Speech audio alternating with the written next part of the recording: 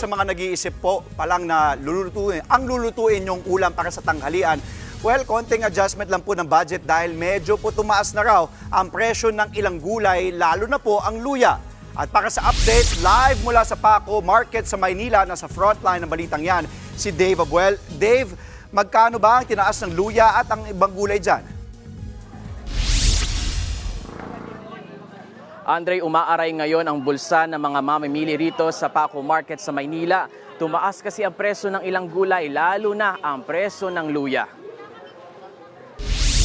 Pumalo na ngayon sa 280 pesos ang presyo ng kada kilo ng luyang tuyo o luyang lokal. Dati nasa 120 pesos lang daw yan ayon sa mga nagtitinda rito sa Paco Market. Sabi ng pinag-aangkatan nila, tumaas daw ang presyo dahil kakaunti ang supply. Kaya naman imported na lang ang kanilang inaalok na 140 pesos lang ang kada kilo. Tumaas rin daw yan sa dating 100 pesos. Pero may ilang mamimili na luyang tuyo pa rin ang hanap dahil mas malasa raw ito kaysa sa imported. Bukod sa luya, tumaas rin ang presyo ng kada kilo ng ilang gulay gaya ng kamatis mula 50 pesos. Ngayon ay 150 pesos na.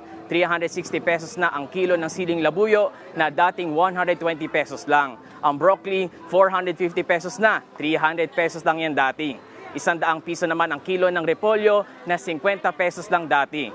Nagmahal daw ang presyo ng mga yan dahil sa epekto ng ulan dala ng mga nakaraang bagyo. Samantala, bumaba naman ang presyo ng gulay Tagalog na talong at ampalaya na dating 180 pesos per kilo. Ngayon ay 80 pesos na lang ang mga yan. Ang sitaw na 200 pesos dati, 160 pesos na lang. Ang okra at pechay, 60 pesos na lang ang kada kilo mula sa dating 120 pesos. Marami raw ang supply ngayon ng mga ito kaya bagsak presyo.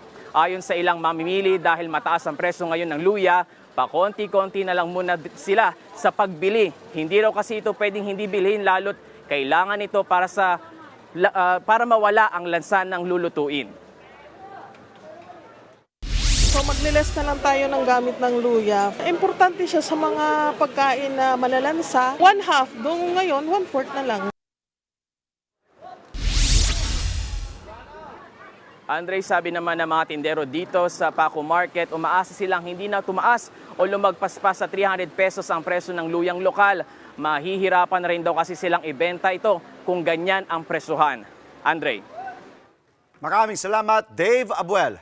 Mga kapatid, Jess De Los Santos po, huwag magpauli sa mga umaaksyong balita at napapanahong issue sa bansa. Para sa mas malawak na balitaan, mag-subscribe at mag-follow sa social media pages ng News 5.